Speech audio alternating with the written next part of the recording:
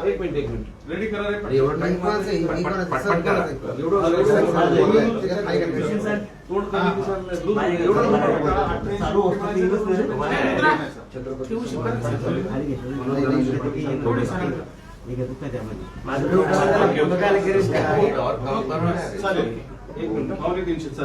Okay बरोबर आहे. पाटील साहेब काय सांगाल तुम्ही? सगळे झालं का व्यवस्थित? काय सांगाल तुम्ही? 275 कोटीचा धनंजय मुंडे घोटाळ्याचा आरोप केलाय अंजली दमन यांनी, खूप खुलासे केलेले आहेत. तुमची काय भूमिका या संदर्भात? ते पहिल्यापासूनच खूपच घोटाळेबाज आहे, लफडेबाज घोटाळेबाज. म्हणजे एक राज्याला तो मोठा दुर्दैवी डाग आहे, दुर्दैवी डाग आहे. कारण गोरगरिबांची मदत घ्यायची, सहकार्य घ्यायचं, शेतकऱ्यांचं सहकार्य घ्यायचं, ओबीसींचं घ्यायचं आणि त्यांच्याच ताटात माती कालायची त्याच गोरगरिबांच्या. हे त्याचं एक पिंड झालेलं आहे की गरज आहे तोपर्यंत जवळ घ्यायचं आणि त्यांनाच चुरून खायचं. ही त्याची पूर्वीपासूनची पद्धत ही ती आता अवघडी पडली. कारण लोक पहिल्यांदा बोलत नव्हते, आता बोलायला लागले. मात्र एवढं जर भ्रष्टाचार एक मंत्री या राज्यातला करत असेल तर याला सरकार जवळ करतंच कसं, हा सुद्धा खूप मोठा प्रश्न आहे.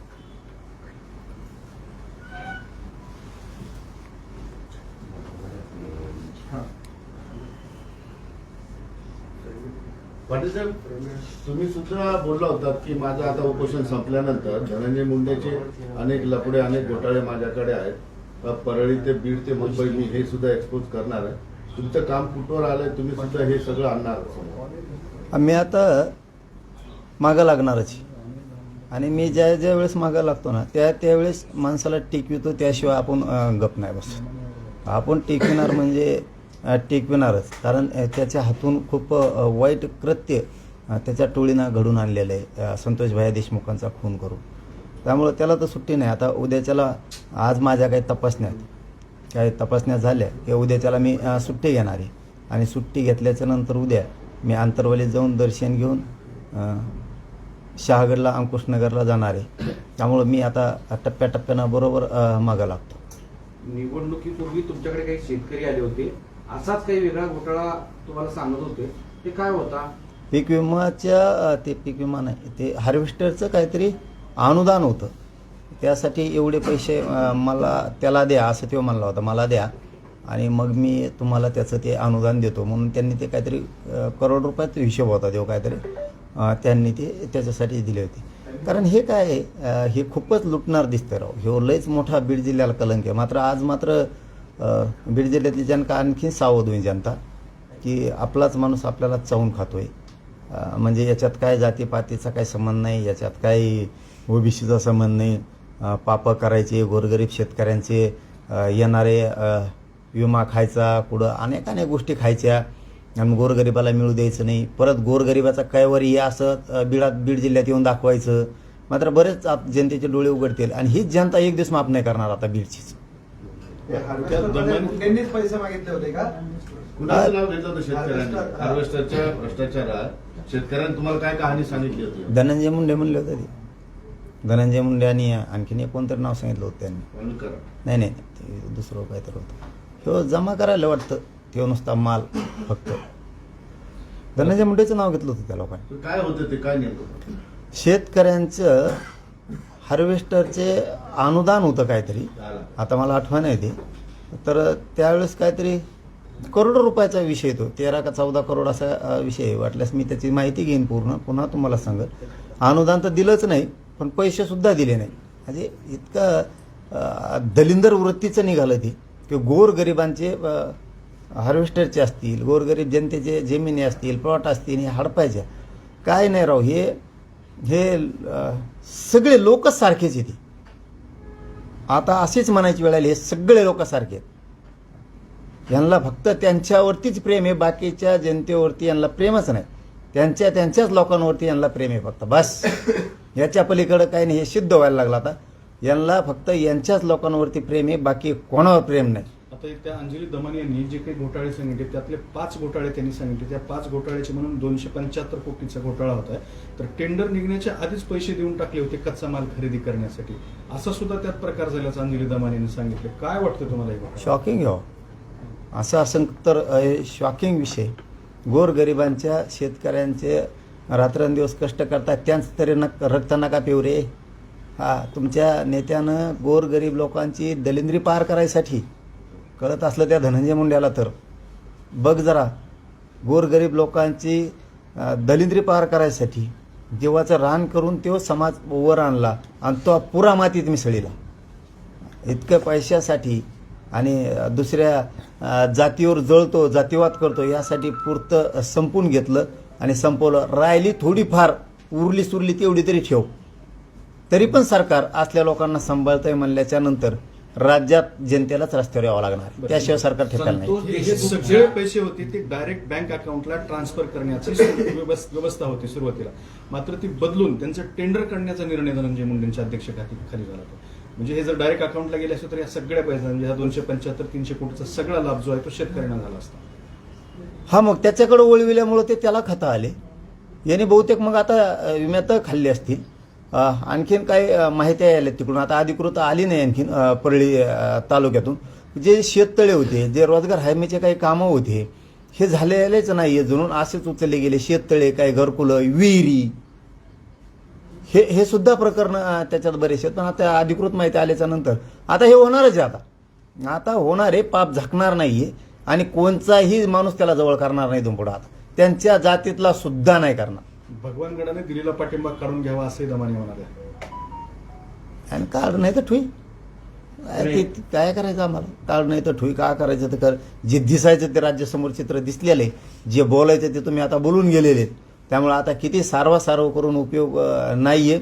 तुम्हाला जे सिद्ध करायचं होतं ते केलं. तुमचा चुकीचा जरी असला तरी तो बरोबर आहे हे तुम्ही सिद्ध केलेलं आहे. आरोपीचं समर्थन करून आरोपीला पाठिंबा देऊन हे सिद्ध झाले. त्यामुळे आता त्यावर बोलायची इच्छा नाही आमची, नाही महाराष्ट्राची पण नाही. यातून सिद्ध झालं तुमचं लेकरू किती घाण असलं, किती खुनं छेडछाडी बलात्कार करीत असलं तरी ते तुमच्यासाठी चांगलं आहे. पण दुसऱ्याचं लेकरू मेलं याचं दुःख नाही, तुम्हाला आनंद आहे, हे तुम्ही सिद्ध करून दिलेलं आहे. त्यामुळे पाठिंबा दे नाही तर नको देऊ. तुम्ही किती भक्का मारली तर दुसरी बाजू लय पक्की आहे भाऊ. ते दिवस गेले, दुसरी बाजू लय पक्की आहे. फक्त नको वाटतंय हो द्या शांततेत. संतोष देशमुख हत्या प्रकरणात ते घेऱ्यात अडकले होते. आता ते संतोष भैया देशमुखांच्या संदर्भातला विषय मी आज प्रथम नाव घेतोय.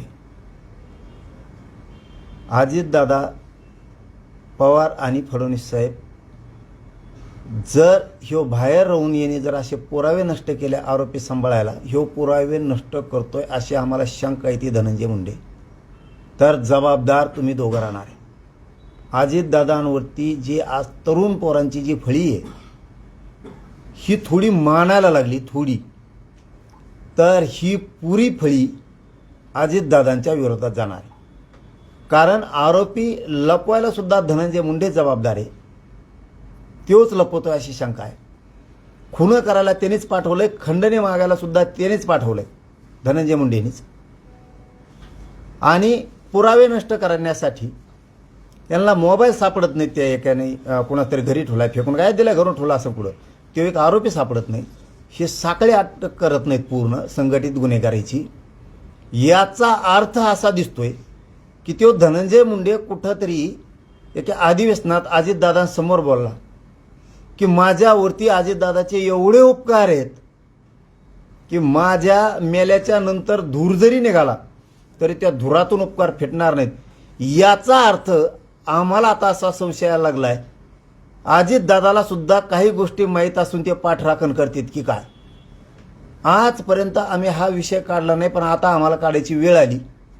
त्याला नाविलाज आहे. म्हणजे तुम्ही पापी लोकांना पांघरून घालायचं काम अजितदादांनी आणि फडणवीस साहेबांनी करू नये अजिबात. जर ह्या धनंजय मुंडेंनी मंत्रिपदाच्या गैरवापर करून त्या पदाचा जर पुरावे नष्ट करण्याचं काम केलं, दुखत नसून त्या सरमाड्याला दवाखान्यात नेतात, मागतील ते लातूरचं जेल दिलं जातं, जे ते अर्ज करतील त्या गोष्टी लगेच पुरवल्या जातात. लोक सांगतात ही चौकशी करा तरी होत नाही. त्या शिवाजीनगरच्या गेवराईच्या PSIची चौकशी होत नाही. हॉस्पिटलमधल्या असणाऱ्या त्या डॉक्टरांची चौकशी होत नाही. झाली तर कारवाई काही केली जात नाही. याचा अर्थ सरळ सरळ दिसतोय की जर ह्यो धनंजय मुंडे जो बाहेर फिरतोय तो आरोपी फरार करायला फिरतो, तो आरोपी संभळतोय बाहेर, आतले सुद्धा संभळतोय अशी आम्हाला आता शंका यायला लागली. तो पुरावे नष्ट करण्यासाठी तो स्वतः काम करतोय. जर आता जी समिती नियुक्त केली तुम्ही ते 2-3 जणांची, याच्यात सगळे कॉल डिटेल्ससह पुरावे, साखळी, एकमेकाला सांभाळणारे, संघटित गुन्हेगारी करणारे, एकमेकाला पळून लावणारे, पैसे देणारे, गाड्या देणारे, हे सगळेचे सगळे आले पाहिजे. त्याच्या प्रॉपर्टीची सुद्धा त्या खरमाड्याच्या चौकशी लागली पाहिजे, ईडीची, धनंजय मुंडेच्या सुद्धा. हे पैसे आले कुठून, ही प्रॉपर्टी कशाची आहे, ही जी आता चौकशी नेमली, ही भ्रष्टाचार कुठं कुठं केलाय, कोणत्या योजनेत केलाय, हे सगळंचे सगळं अजितदादा आणि फडणवीस साहेब आताच्या चौकशीत आलं पाहिजे. जर आलं नाही तर पुरावे जर धनंजय मुंडेंनी मंत्रिपदाच्या जोरावरती नष्ट केले तर जबाबदार पूर्ण महाराष्ट्र तुम्हाला अजितदादाला आणि फडणवीस साहेबाला धरणारे, आणि जी अजितदादाला तरुणाची फळी मानणारी झाली ही पुरी तुमच्या विरोधात जाणारे, हे लक्षात ठेवा. जर तुम्ही आतले आणि बाहेरचे आरोपी सांभाळते, कोण सांभाळते त्याला नाव घेऊ. धनंजय मुंडे म्हणलो ना, आपल्याला लपायचा काय संबंध आहे, त्याच्यावर शंका येते. का संशय घेऊ नये, का संशय घेऊ नये सांगा. चला, त्या सरमाड्याचं काय दुखत होतं एवढं, नुसतं डोक्याला मुंग्या आल्या म्हणून तुम्ही अशूट होता त्याला. हा, तिथं कर्मचारी कोण होते चहा पाणी द्यायला? त्याला एका बांधवांनी विचारलं होतं, म्हणजे त्यांच्या तिथं चर्चा चालली होती, त्यांच्यात तिथं चर्चा चालली होती. दुसऱ्या मित्रात म्हणतोय तुम्हाला मी, हे सरमाड्यात आयुष्यात होता, बाहेर त्याचा माणूस होता कर्मचारी, त्याला खायला प्यायला काही देत असेल तो, पण त्याच्या आजूबाजूला दुसरे कोणीतरी 2-3 लोक होते, नाव नाही सांगत मी, ते एकमेकाला म्हणले याच्या कमरातला थांबली पाहिजे. तर तो कर्मचाऱ्याला राग आला, तो का त्याच्या कमरातला थांबतो म्हणतो का सरमाड्याच्या. म्हणजे मग हे लोकांनी बाहेर काही असं जरी आणलं काही शब्दाचा राग येतोय, तर मग यांनी काही बाहेर पुरावे दिलेत का, पुरावे नष्ट करण्यासाठी काही माहित्या पुरवल्यात का, ते PSIनी तो कोण रोहित होता तो कुठं आहे, ती गाडी पुरविणारा माणूस अटक केलाय का, धनंजय देशमुखाला धमकी देणारा तो कोण आहे त्याला अटक केलं का, तिथं रगा पुरवणारा गेवराईच्या पोलीस स्टेशनमध्ये तो कुठं आहे, तुम्ही का धरत नाहीत? दुसऱ्या नुसती एक साधी कमेंट केली तरी 2-2, 3-3 महिने त्यांना जेल भोगायला लावता, आणि ह्यो जेल सोडून ICU मध्ये बसतो. मग तो महादेव गीते आज जीव त्याचा चाललाय, आत तो जेलमध्ये, त्याच्यावर हल्ला झालेला आहे, बहुतेक नाव मागं पुढं होईल पण महादेव गीतेच आहे बहुतेक, तो जेलमध्ये, त्याला का बाहेर आणत नाही तुम्ही उपचार करायला? ही कोणती नियत आहे? ते महादेव दुसरे मुंडेच ना, महादेवच नाव आहे त्यांचं, पण त्यांचा तर डायरेक्ट खूनच करून टाकला, त्यांना का अटक करीत नाहीत? तुम्ही एवढे नीतिवान आहेत ना फडणवीस साहेबांनी, दादा तुम्ही पालकमंत्री असल्यामुळे तुमचं नाव घ्यायची वेळ येते, आता नीतिवान आहेत ना, त्या पिठी नाव का एक पोरग एक मारून टाकला, आई बापाला लेकरूच नाही राहिला, का आरोपी अटक नाही केले तुमच्या SP त्यांनी बीडच्या? त्या महानोरचा खून केला, बागपिंपळगावचा धनगराच्या पोराचा, का नाही अटक केला त्याला? कित्येक तरी गोरगरीब, दलित, धनगर, वंजारी, OBC, मायक्रो OBCवर अन्याय झालाय, कस का वाचा फुटत नाही त्याला? कस का फुटत नाही? हे बघा अजितदादा, मी आपलं 1.5-2 वर्षात पहिल्यांदा नाव घेतलं, कारण आपण बळच कोणावर आरोप करत नाही. हे मंत्री आहे, आणि मंत्रिपदाच्या जोरावरती अधिकाऱ्याचा वापर करून पुरावे नष्ट करणं, आत बाहेर काही गोष्टी पुरवणं, यांच्या मनानुसार यांना जेल मिळणं, तपासात आरोपी सापडत नाही, तपासात साखळी आणखी सापडत नाही कुठे, कोणकोणची, त्यांच्या प्रॉपर्टी आणखीन जप्त का केल्या नाहीत त्या आरोपींच्या, अजितदादा, आमचं तुमच्याकडं एकच म्हणणं आहे, ह्यो मंत्रिपदाच्या जोरावरती पुरावे नष्ट बाहेर राहून करतोय, आणि जर पुरावे नष्ट झाले आणि त्यातला एकही आरोपी सुटला खंडणीतला आणि खुनातला, तर जबाबदार फडणवीस साहेबांनी अजितदादाला आम्ही धरणार. तुम्ही म्हणताय ते संघटित गुन्हेगारीमध्ये होते, जर संघटित गुन्हेगारीमध्ये असतील आणि या सगळ्या गुन्ह्यात असतील तर त्यांच्यावरही मोको कारवाईची गरज आहे ना. मग कोणावर मुंडेंवर 302 लावायला पाहिजे, मग काय होईल त्याला? धनंजय मुंडे आणि मग कमना लावायला पाहिजे. तोच संघटित गुन्हेगारी घडून आणतोय. मालक कोण आहे? तोच त्याच संघ हिंडतोय. माझ्याकडे नव्हता घेऊन आला. संघ कस काय होता मग त्याच्या? दुसरे कस काय नव्हते कोणी? तोच कस काय संघ आहे? कोणत्या माणसाकडे गेलं तर तोच कस काय संघ आहे? जर त्याच्या तो जवळचा नाही तर तो प्रत्येक जागेवर कस काय? आंतरवाली सुद्धा होता, त्यांनीच ओळख करून दिली हे म्हणून. आणखीन काय पुरावे पाहिजेत अजितदादांना, फडणवीस साहेबाला? त्याचे काय पुरावे पाहिजेत तुम्हाला? तो रोज संघ आहे, याचा अर्थ धनंजय मुंडेला माहित नाही का? ह्यो खून करतो, बलात्कार करतो, छेडछाड्या करतो, खंडण्या मागवतो, माहित नाही का? पैसा गोड लागला त्या टायमाला त्या सरमाड्याकडून घेतानी. निवडणुकात नाशिक येत, गाड्या घोड्या घेतात, फिरत येत, पळत येत, विमानानं जातात, हेलिकॉप्टरने जातात. हे पैसे तेव्हा घेताना गोड लागले, आणि आता झटकून लावतो का? त्याच्यावर ढकलून देतोय सरमाड्यावर. त्या सरमाड्याने तो यासाठी पाप केला असेल. तुम्ही असं म्हणाले होते, म्हणतायत गेल्या काही दिवसांपासून की टोळ्या आहेत वेगवेगळ्या, खुन करणारी टोळी, वसुली करणारी टोळी, खंडणीची टोळी वगैरे वगैरे टोळ्या ह्या स्थानिक पातळीवरून म्हणजे परळीपासून ते मुंबईपर्यंत आहेत असं म्हणणं आहे तुमचं? आहेतच. हे बघा, ह्यो पाठबळ पुरवतो. याने पूर्ण अधिकार खरमाड्या सरमाड्याला दिले, पुरे अधिकार ते सरमाळे पुरे. कोण आहे कळत नाही बा. अरे त्याचं नाव काय माहित नाही ना. बदग कोण होतं ते? नाव आम्हाला माहित नाही. हे अंधऱ्या तोंडाचं ते फिंजारलेले केस आणि ते त्याचे. अहो, नाव काय आहे? त्याचं सरमाड्या मग करमाड, कर्मण नाही. वरमाड, जाऊन तिकडे असू द्या काही बी. आपल्याला काय त्याचं काय हे नाही करायचं. ह्यो त्याला पुरे अधिकार याने दिले, तू काही कर. हां, मग ते काही करायला लागलं, मग जबाबदार कोण? हे बघा, खून करणारापेक्षा आणि खंडणी मागणाऱ्यांपेक्षा ते घडून आणणारा सामूहिक कट ह्यो सगळ्यात मोठा आरोपी. ह्यो धनंजय मुंडे. अनेक टोळ्या त्याच्या माध्यमातून यांनी तयार केल्या. खंडणी एकाने मागायचे, खून एकाने करायचा, छेडछाड एकाने करायची, म्हणजे मानसिक प्रेशर आणायचं काही नाही दिलं की. मग बलात्कार करायचे, रच्चे चोऱ्या करायच्या, डाके टाकायचे, जमिनी हडपायच्या, अतिक्रमण करायचे, योजना लाटायच्या, टीमा वेगळ्या. आता ही 9वी टीम सांगतोय बरं का, इतक्या टीमा, आणि किती असते त्याचा मिळणार नाही. प्रत्येक जिल्ह्यात आहेत, सगळ्या आडागत लावणारेच आहेत. हे सगळे असलेच, आणि यांचं सरळ सरळ म्हणणं आहे दिसतंय, आणि नियत पण दिसती. यांचे लोकच फक्त यांचे, हे बाकीचे फक्त वापरूस तर जवळ धरतात. यांना मतदानाच्या टायमाला मराठीची गरज, एकदा गरज संपली की मराठी फिर कोणाची गरज नाही. यांचे लोकच फक्त यांचे आहेत. म्हणजे यांचं वागणुकीचा चालण्याचा विषयच वेगळा, यांचं अध्यात्म वेगळंच, फक्त त्यांच्याच लोकापुरतं. आणि हे सगळे लोक सारखेच आहेत, हे काही फरक नाही यांच्यात. पाटील साहेब, हे सगळं राज्यात अनेक प्रश्न, अनेक आंदोलनं सुरू आहेत, बऱ्याच गोष्टी सुरू आहेत, पण आपलं राज्य सरकार त्या वर्षावर काळी जादू आहे म्हणून चर्चा करत बसलंय. हे सगळे उघडे करून आणले पाहिजे हो जनतेने. काळ्या मिरच्यान कुठं लिंबन काही काढी देतं, बाटल्यान फुटल्यान कुंकुण आणतात, खात्यात आमच्या गोरगरिबाचं कोणाच पैसे आहेत ते? घर राहायला चांगले, यांना गाद्या चांगल्या, इकडं लोक आरडोरडो मरायला लागलेत, फाशी घेतली. काल आमच्या 4 पोरांनी आत्महत्या केल्यात आरक्षणासाठी. हां, आणि खुशाल दातळ काढून झोपत येत, तिकडे हिंडत येत. यांना उघडं करू हाणलं पाहिजे यांना सगळ्यांना.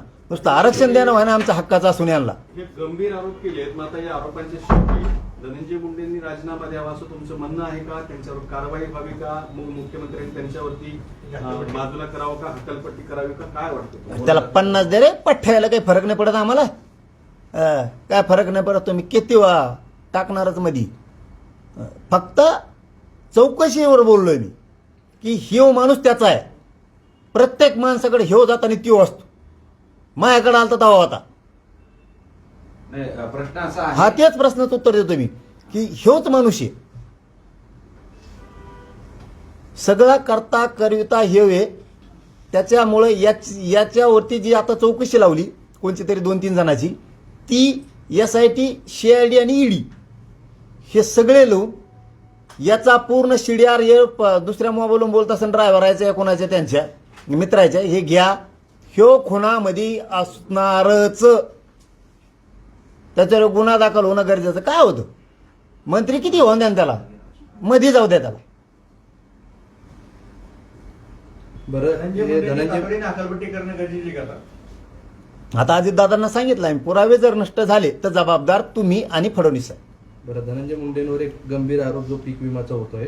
आता एक नवी यादी आली आहे, जे 96 CIC केंद्र म्हणजे जिथून पीक विमा भरला जातो त्यांचे रद्द करण्यात आले आणि यातील 22 हे परळीमधील आहे, म्हणजे कृषी मंत्र्यांच्या परळीमधील आहे. तर याचा आता कोण मग आता या बोगस विमाचा? तेव्हाच आहे धनंजय मुंड्याचं, दुसरं कोण नाही. हे बाकीचे उगं पाप करायला लावलं यांना. आता हे जेलायला गेले हे, आणि आयुष माझ्या बाहेर मारायला लागला ह्यो आता त्यांच्या जीवावरती. ह्यो ना याने खरंच पुन्हा तुम्हाला त्याच विषयावर येऊन सांगतो, त्यांच्या एका मोठ्या नेत्यानं दारिद्र्याच्या खाईत डुबलेली एक समाज, एक जात मोठ्या कष्टानं बाहेर काढली. कुठंतरी आता प्रगतीवर, उंचीवर चालली होती. तर भंगार धावण्याच्या धनंजय मुंड्याच्या टोळीनं पुन्हा मातीत मिसळली. पुरी जात मातीत मिसळली. शेवटी त्यांच्या जातीत आमचे मित्र आहेत ना, आम्हालाही माहिती आहे ना किती दारिद्र्याच्या खाईत होते, किती कष्ट करत होते, आज उचललं. काय हे होईल, सगळा डाग लावून टाकला पैशासाठी आणि त्याच्यासाठी, आणि त्याला वाचवित येत. कोण हे, ते धुरत निघन म्हणतो अजितदादाचा, धुरत निघन म्हणला. माझं मी आल्यावर धुर निघाला तर अजितदादाचे उपकार फेटणार नाहीत तरी पण. आणि असल्याचं वाचता काय दादा तुम्ही त्याला? आमचा सवाल आहे दादा तुम्हाला, तुम्ही असल्या घाण्याचं वाचता काय ह्या घाणीला? आपल्या लेकराचं मर्डर करून, खून करून, हे चांगलं नाही. तुम्हाला एक मानणारा अजितदादा वर्ग आहे, तरुण पोरं पहिल्यांदा मानायला लागलेत, पुरा वर्ग बाजूला जाईल. सत्य आहे ते बाहेर काढायला, पुरावे नष्ट करायला लागला हो बाहेर राहून 100%. आणि जर त्यांनी पुरावे नष्ट केले तर जबाबदार अजितदादा आणि फडणवीस आहे. पाटील साहेब, धनंजय मुंडेवर तुम्ही एवढं सगळं बोलताय, परंतु धनंजय मुंडे तुम्हाला भेटले होते रात्री निवडणुकीच्या आधी, आणि त्यांनी विनंती केली म्हणून तुम्ही परळीला गेले नाहीत, अशी सुद्धा चर्चा आहे.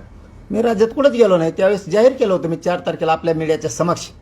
माझा समाज आणि मीडिया सारखंच आहे. मला मी त्याच वेळेस सांगितलेलं आहे, 2 वर्षापूर्वी.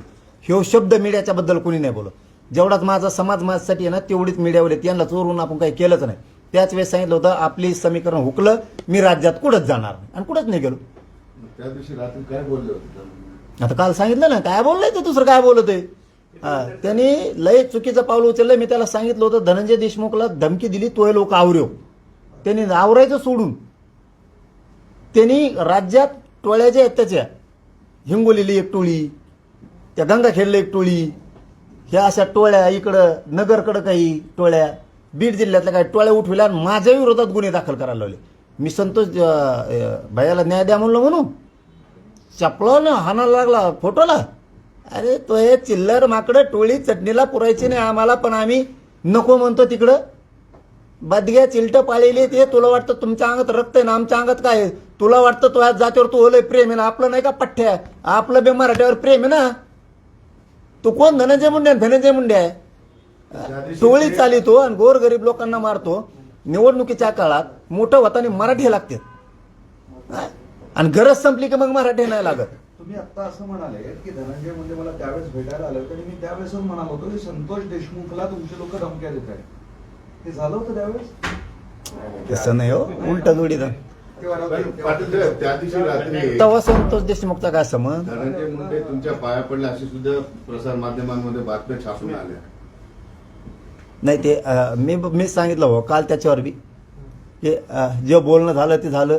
बसताना काय झालं, उठताना काय झालं, बसल्यावर काय झालं, आल्यावर काय झालं, जाताना काय झालं, त्या कृतीबद्दल नाही बोलणार. बरं, शेतकरी ते मराठा आरक्षणावर आत्महत्या सुरूच आहे, काल एक परत आत्महत्या झाली, काय आव्हान?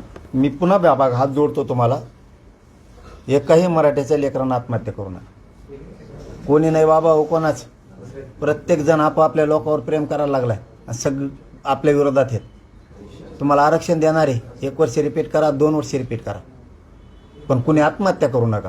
बघा, तुम्हाला शेवटचं सांगतो मराठा बांधवांनो आणि मराठ्यांच्या लेकरांनो, न मिळणारं आरक्षण मिळालं. हो, पुरं जीवाची राखरांगोळी करून घेतली. शरीर कसलं साथ देत नाही. फक्त माझ्या मराठ्यांच्या लेकरासाठी तुम्ही फक्त आत्महत्या करू नका. न मिळणारं आरक्षण मिळालंय, राहिलेलंही मिळून देतो, फक्त तुम्ही आत्महत्या करू नका. आजकाल लोक विचित्र झाले, त्याच्यामुळं थोडं शहाणपणाच्या भूमिकेत या. मी मराठ्यांना आरक्षण मिळवून दिल्याशिवाय हटत नाही. मी तुम्ही घरी असलात तरी तुमच्यासाठी लढतो, तुम्ही व्यवसायात मराठी असले तरी लढतो, तुम्ही नोकरीत मराठी असलात तरी त्यांच्यासाठी मी लढतो, कुणी राजकारणात मराठी असली, भाजप, शिवसेना, राष्ट्रवादी, काँग्रेस, आमके तमके, तरी त्यांच्यासाठी लढतो. माझा कर्मचारी वर्ग असला त्यांच्यासाठी लढतो, शेतकरी मराठ्यांसाठी लढतो, ऊस तोडणाऱ्यासाठी लढतो, मजुरांसाठी लढतो, मी सगळ्यांसाठी लढतो. मी तुमच्या लेकराला आरक्षण देणार आहे, राजकारणाला तिकडे कडी लागू द्या, पण लेकरं मोठं करायची जबाबदारी आपण घेतलेली. फक्त तुम्ही आत्महत्या करू नका, एवढीच माझी तुम्हाला हात जोडून विनंती. हुकला नंबर तो हुकू द्या, पुढं आपण आणखीन रिपीट करून शिकू. आणि मुख्यमंत्र्यांना विशेष करून सांगतो, जरा थोडंसं असेल ना तुम्हाला, तर माणसं मेलेत बरं का, आमचे मुर्दा पडला त्यांचा मुर्दा, ते फाशी घ्यायलेत. थोडीशी जरा तुम्हाला असेल ना, तर माया दया जरा बाहेर काढा आणि तेवढं आरक्षण लवकर द्या. नसता राज्यात मला उग्र आंदोलन करावं लागणार. बरं, ही काय मुख्यमंत्री लेटेस्ट एक बातमी आली आहे का समोर, की ते हा 300 कोटीचा आरोप झाल्यानंतर, तुम्ही हे सगळं बोलल्यानंतर धनंजय मुंडे अजित पवारांच्या भेटीला गेलेले. ते तिथंच पळत आहे. उठलं की इकडून कोणी बोललं की तिकडं पळत आहे. काही म्हणत नसन, काही नसन, नुसतं जाऊन बसत असन आणि दाखवित असन काहीतरी. पण अजितदादांना पुन्हा पुन्हा सांगतो मग मी आता की आता आलाच तुमच्याकडं, तर त्याला पुरावे नष्ट करण्यासाठी मंत्रिपदाचा गैरफायदा घेऊन तो बाहेर आहे. खंडणीतला आणि खुनातला आरोपी आणि त्यांना सहकार्य करणारे सगळे 6 आरोपी करा, पुरावे नष्ट होऊ देऊ नका. अजितदादा, तुम्हाला कधी न मानणारा एक तरुणाचा एक वेगळा वर्ग तयार झाला या राज्यात, तो पुरा तुमच्या विरोधात जाऊन बिथरणार आहे. त्याच्यामुळे याची गई करू नका. आणि जर यांनी बाहेर राहून तुमच्या मंत्रिपदाच्या जोरावरती जर पुरावे नष्ट केले, तर ते पुरावे नष्ट करायला जबाबदार तो जसा आहे तसं अजितदादा तुम्ही असणार आणि फडणवीस साहेब सुद्धा असणार आहे.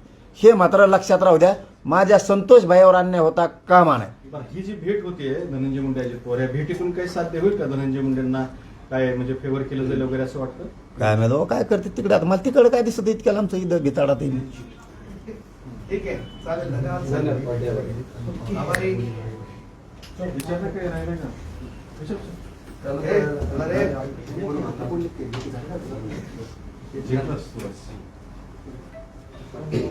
अरे, हॅलो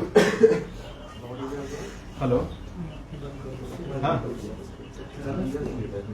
काय